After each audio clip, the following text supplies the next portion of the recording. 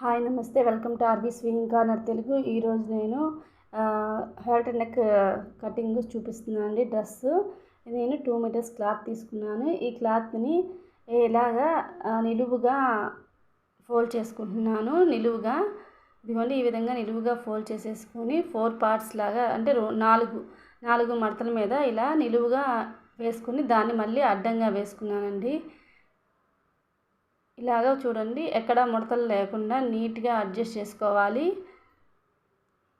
లోపల వైపు క్లాత్ వెళ్తూ ఉంటుంది, అలా వెళ్ళకుండా చూసుకొని ఇలా 4 పార్ట్స్లా నీట్గా వేసుకోవాలి. ఎక్కడ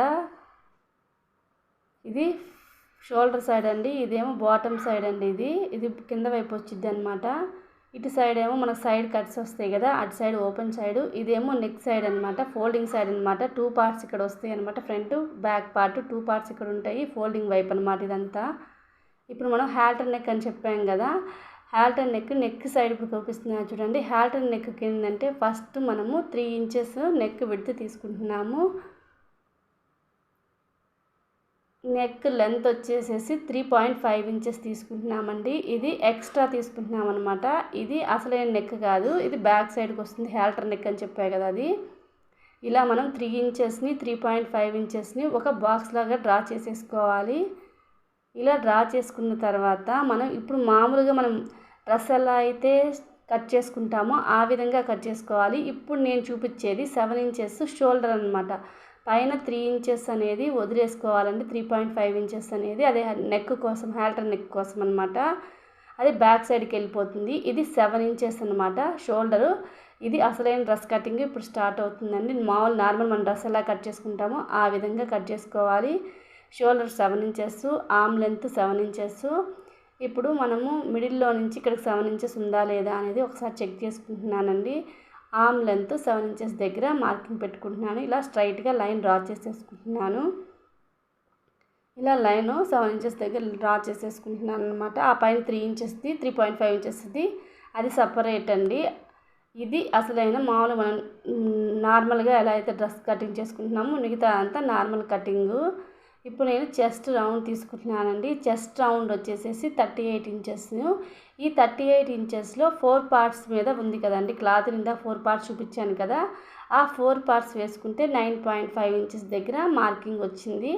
9.5 ఇంచెస్కి మళ్ళీ మనకు ఖర్చు కావాలి కదా, ఖర్చు నేను 1.5 ఇంచ్ అంటే 1.5 ఇంచుల దగ్గర మార్కింగ్ పెట్టుకున్నాను. ఈ విధంగా చెస్ట్ రౌండ్ దగ్గర టోటల్లో నుంచి 4 భాగాలు చేసుకుంటే 1వ భాగం వచ్చింది కదా, ఆ భాగం అన్నమాట అక్కడ పెట్టుకున్నాను. ఆ తర్వాత మనము షోల్డర్ దగ్గర ఒక 1/2 ఇంచు డౌన్ తీసుకుంటున్నానండి. మనం నెక్ విడ్త్ 3 ఇంచెస్ తీసుకున్నాం కదా, ఆ 3 ఇంచెస్ దగ్గర నుంచి షోల్డర్ది డౌన్కి ఒక 1/2 ఇంచ్ తీసుకుంటున్నాను. ఇలా తీసుకోవడం వల్ల భుజాలు కిందకి జారినట్టు ఉండకుండా పర్ఫెక్ట్ కొంచెం నీట్గా అనిపిస్తుందండి డ్రెస్సు.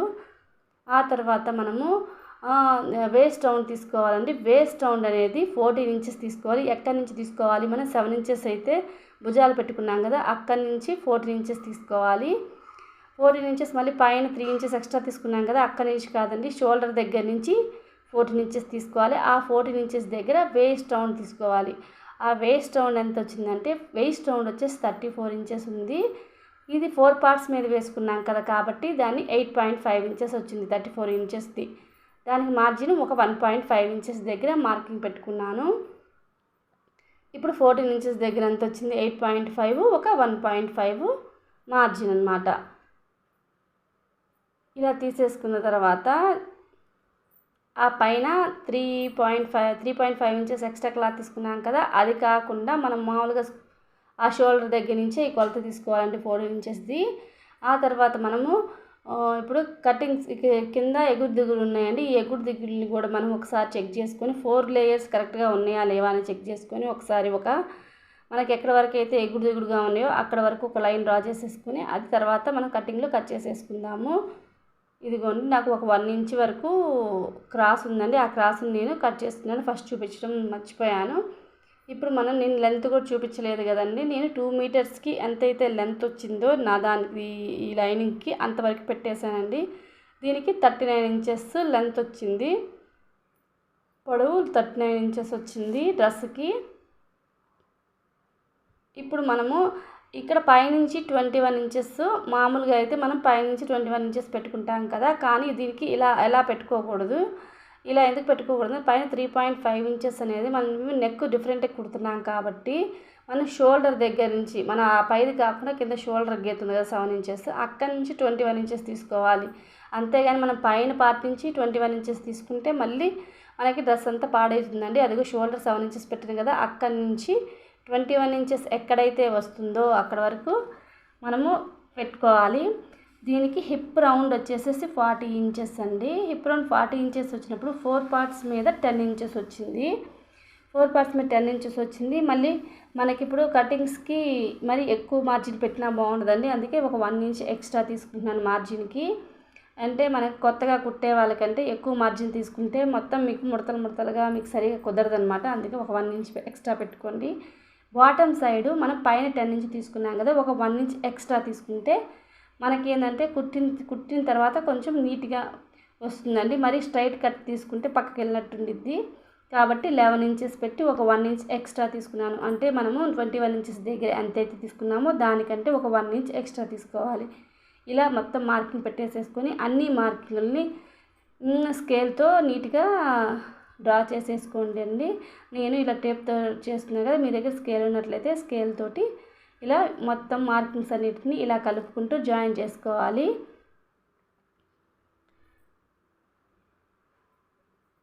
మార్కింగ్ చేసుకునేటప్పుడు చూసుకోండి ఒకసారి 1 ఇంచ్ ఉందా లేదా అనేది. మళ్ళీ ఇక్కడ నుంచి మనం ఎంతైతే పెట్టామో మార్జిన్ అంత మార్జిన్ చూసుకుంటూ మొత్తాన్ని మనం పెట్టిన ఈ డాట్స్ మొత్తాన్ని ఈ విధంగా డ్రా చేసేసుకోవాలి. మీకు ఈ వీడియో నచ్చినట్లయితే లైక్ చేయండి, షేర్ చేయండి. సబ్స్క్రైబ్ చేసుకోకపోతే సబ్స్క్రైబ్ చేసుకుని పక్కనే ఉన్న బెల్ ఐకాన్ యాక్టివేట్ చేసినట్లయితే నేను ఏదైనా కొత్త వీడియోస్ పెట్టగానే మీ వరకు నోటిఫికేషన్ వస్తుందండి. ఇట్లాగా మొత్తాన్ని చేసేసుకోవాలి. చేసుకున్న తర్వాత ఇదిగోండి కటింగ్స్ దగ్గర మార్కింగ్ చూసుకున్నాం కదా, ఇప్పుడు నెక్ దగ్గర 3 ఇంచెస్ తీసుకున్నాను. నెక్ వెడల్పు 3 ఇంచులు తీసుకున్నాను. షోల్డర్కి 7 ఇంచెస్ తీసుకున్నాను. 14 ఇంచెస్ దగ్గర వేస్ట్ మార్క్ తీసుకున్నాను. ఇక 21 ఇంచెస్ కటింగ్ తీసుకున్నాను అనమాట. మళ్ళీ ఇప్పుడు ఆమ్ రౌండ్ గీస్తున్నాను చూడండి. ఆమ్ రౌండ్ 1.5 ఇంచెస్ దగ్గర మార్కింగ్ పెట్టుకుని ఇలా రౌండ్గా చేసుకున్నాం. ఒకవేళ మీకు ఆమ్ రౌండ్ గీసుకోవాలి అలా కష్టంగా ఉంది అంటే మనం 7 ఇంచెస్లో హాఫ్, అంటే మనం లెంత్ 7 ఇంచెస్ తీసుకున్నాం కదా, దానిలో హాఫ్ తీసుకొని మనం ఎక్కడైతే స్టార్ట్ చేసామో ఒరిజినల్ది వేస్ట్ రౌండ్, ఆ వేస్ట్ రౌండ్కి ఇదిగో ఈ విధంగా చూడండి, ఈ విధంగా కనిపిస్తుంది కదండి. ఇదిగో కొంచెం గట్టిగా చూపిస్తాను చూడండి, కొంచెం నిండుగా రాసి ఇదిగో ఈ విధంగా హాఫ్ దగ్గర నుంచి మన ఖర్చు స్టార్ట్ అవ్వకముందు ఉంటుంది కదా మార్కింగ్ పాయింట్, అక్కడికి ఈ విధంగా ఆమ్ రౌండ్ గీసుకోవాలండి. మనం ఫ్రంట్ ఆమ్ రౌండ్ కూడా ఇప్పుడే గీసేసుకుందామండి. మన ఫ్రంట్ ఆమ్ రౌండ్ ఒక 1/2 ఇంచ్ తేడాతోటి ఇదిగోండి ఖర్చు దగ్గర దాకా కాదండి, మన స్టార్టింగ్లో ఉంది కదా పాయింట్, చెస్ట్ పాయింట్, అక్కడి నుంచి ఒక 1/2 ఇంచు ఇట్లా లోపలికి తీసేసుకోవాలన్నమాట. లోపలికి తీసుకున్నది ఏంటంటే మనం ఫ్రంట్ వైపుకి రావాలి.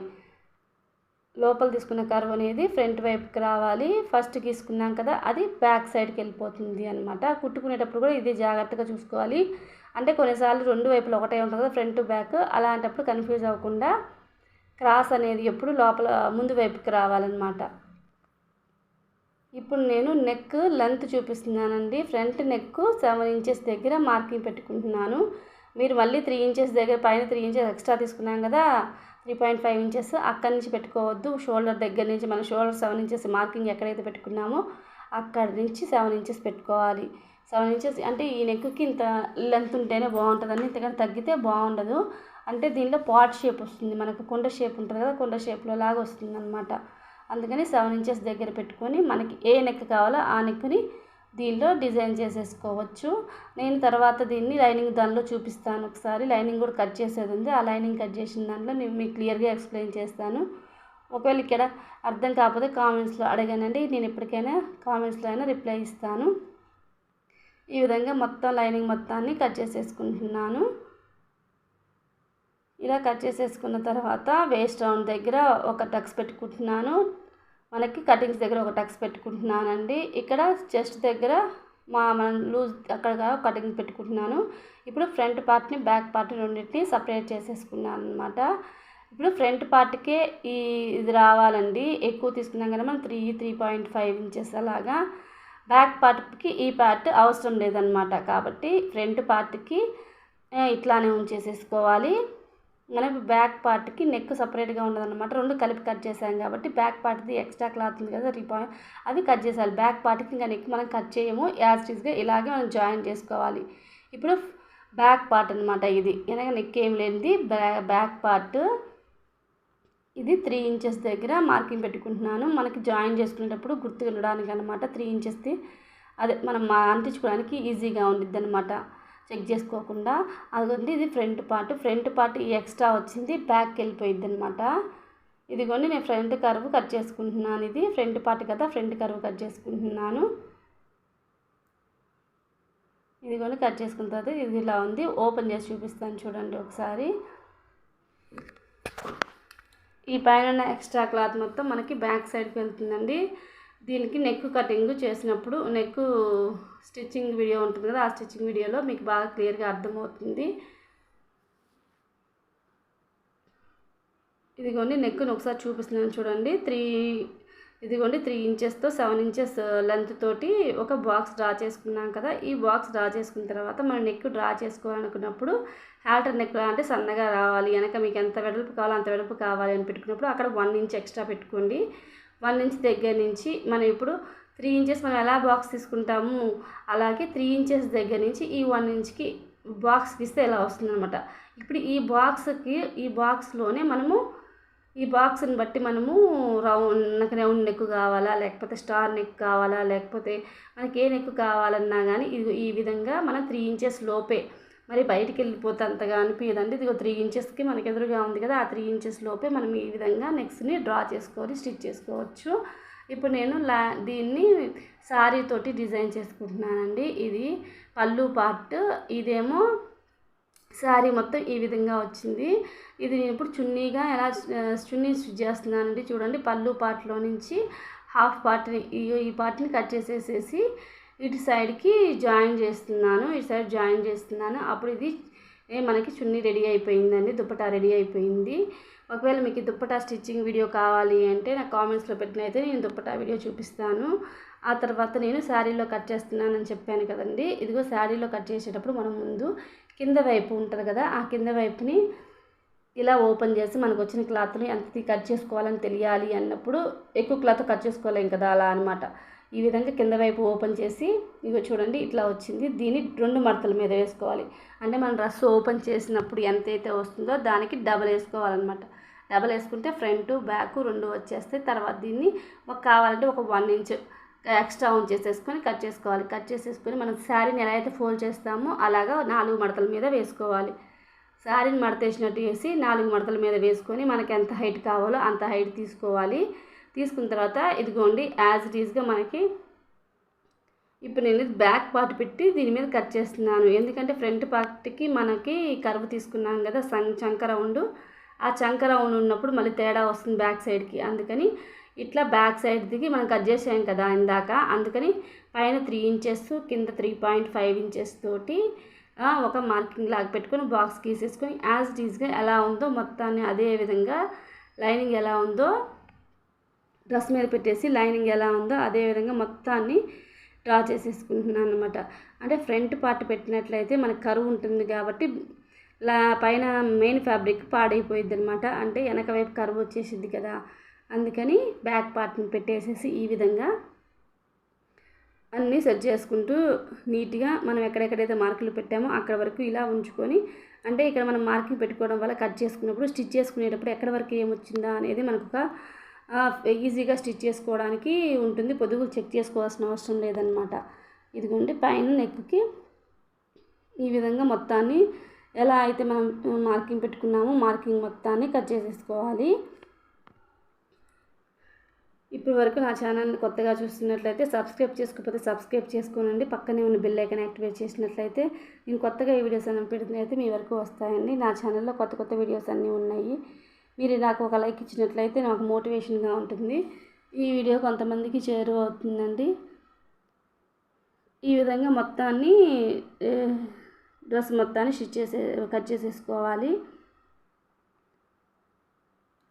ఒక 1 ఇంచ్ తేడా ఉన్నా పర్లేదండి. అంటే కొన్ని జారిపోయే క్లాత్లు ఉంటాయి కదా, అలాంటి వాటికి ఒక 1 ఇంచ్ ఎక్స్ట్రా పెట్టుకుంటే మనం స్టిచ్ చేసుకునేటప్పుడు లైనింగ్ జాయిన్ చేసుకునేటప్పుడు కొంచెం పక్కగా జరిగినా కానీ ఆ క్రాసుల్లో పోతుందన్నమాట.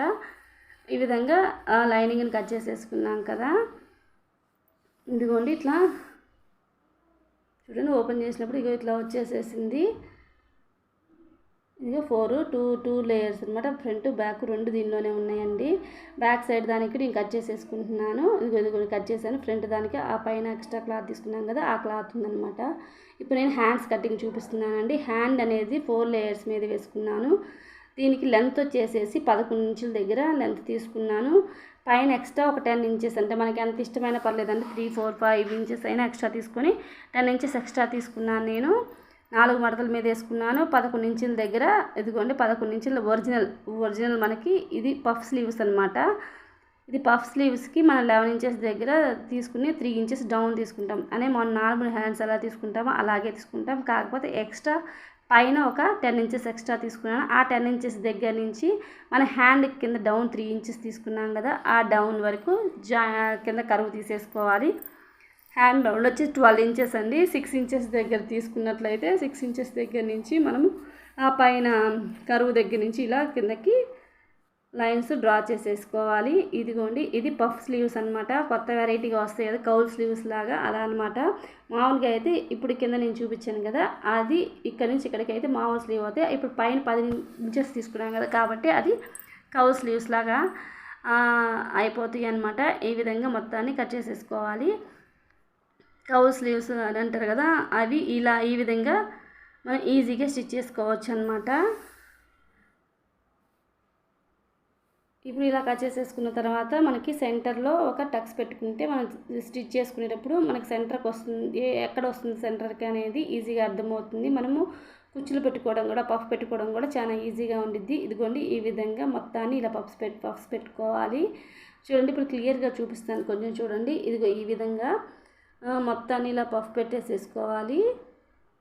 పెట్టేసేసుకుంటే మనకి 11 ఇంచెస్ అంతా హ్యాండ్ వస్తుంది.